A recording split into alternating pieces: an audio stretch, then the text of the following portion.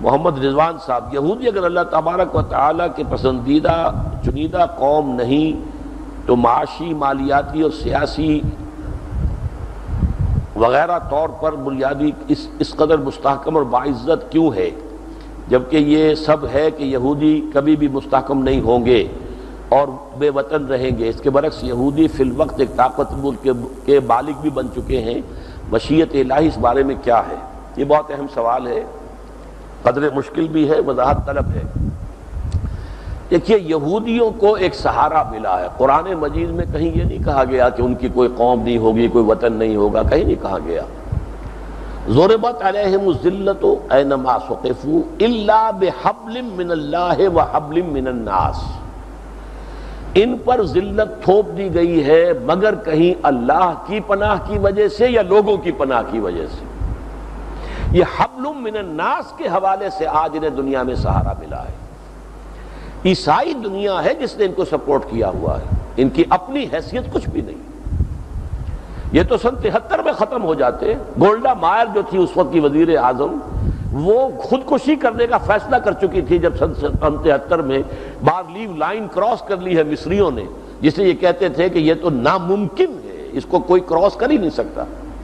تو مصریوں نے 1967 کی شکست کا داغ جو تھا اپنے چہرے پر سے دھو دیا تھا، بارلیو لائن کراس کی رمضان سن 73 میں، اور اس وقت جو ہے یہ خودکشی کرنے پر آمادہ ہو چکی تھی۔ وہ تو پھر امریکہ کا جو اسلحہ کا جو انبار آیا ہے وہاں پر، تو امریکہ نے شکست دی ہے، پھر جو دی ہے مصر کو، وہ اسرائیل نے تو نہیں دی۔ تو اس وقت بھی قرآن مجید کے ایک لفظ کے حوالے سے ہم ان کا جو یہ بھی اس وقت کا ابال ہے، عارضی ابال ہے، یہ ابال شروع ہوا 1917 سے اور اب یہ اپنے عروج کو پہنچ رہا ہے۔ لیکن اس کی جو حکمت میرے نزدیک ہے، یہ تو اصل میں جب حضرت مسیح علیہ السلام کو انہوں نے اپنے بس پڑتے سولی پر چڑھایا تھا، چاہے اللہ نے انہیں اٹھا لیا اور سولی نہیں دیے گئے وہ، لیکن انہوں نے تو اپنے طور پر سولی پر چڑھا دیا نا، یہ عذاب الہی کے مستحق اسی وقت ہو گئے تھے، لیکن ان کو ایکسیپشن کے طور پر اللہ نے رکھا ہے۔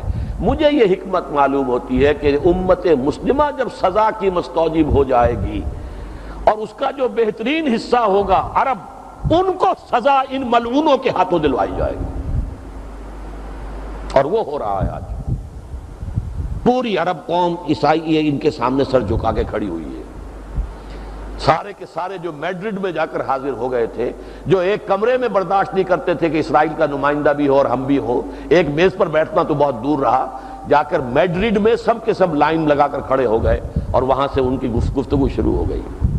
اور جناب آپ کے شاہ حسین بھی جو فوت ہو گئے، اللہ انہیں معاف کرے، وہ بغل گیر ہوا تھا۔ کزنز، اب یاد آ گیا، ہم تو کزنز ہیں، آپ بنو اسماعیل ہیں اور آپ بنو اسرائیل ہیں، ہم تو کزنز ہیں۔ یہ سارا کچھ ہوا کہ نہیں؟ یہ انتہائی ذلت ہے یا نہیں؟ جس کے ساتھ بات کرنے کو تیار نہیں تھے، آج اس کے ساتھ صلح کی گفتگو ہو رہی ہے اور تقریباً سب نے تسلیم کیا ہوا۔ اور جیسا کہ میں نے عرض کیا، وہ دور نہیں ہے۔ اب یہ ڈیڈ لاک یروشلم پر ہو رہا ہے، اور یہ ایسا ڈیڈ لاک ہے کہ اس کا پیسج ممکن ہی نہیں۔ نہ یہودی پیچھے ہٹ سکتے ہیں، وہ جو فنڈامنٹلسٹ یہودی ہے وہ حکومت کو کبھی بھی اس یروشلم کے معاہدے میں پیچھے ہٹنے نہیں دے گا، نہ عرب جو ہیں ان کو آمادہ ہونے دیں گے اس کو، یاسر عرفات کو، کہ وہ بالکل دستبردار ہو جائے یروشلم سے۔ یہی جو ہے امپاس جسے آپ کہتے ہیں وہ آ گیا ہے۔ اب اس کے بعد اگر کیا ہوگا؟ اگر 13 ستمبر کو یونیلیٹرل ڈکلیریشن کر دیتا ہے تو جنگ ہوگی، اور کوئی عجب نہیں کتنا بڑا عذاب آئے۔ اور سب سے پہلے تو مسلمان عرب جو ہیں ان پر خود عرب حکمرانوں کی طرف سے عذاب آئے گا۔ پہلے تو حسنی مبارک انہیں جو ہے بھونے گا اور شاہ فہد بھونیں گے،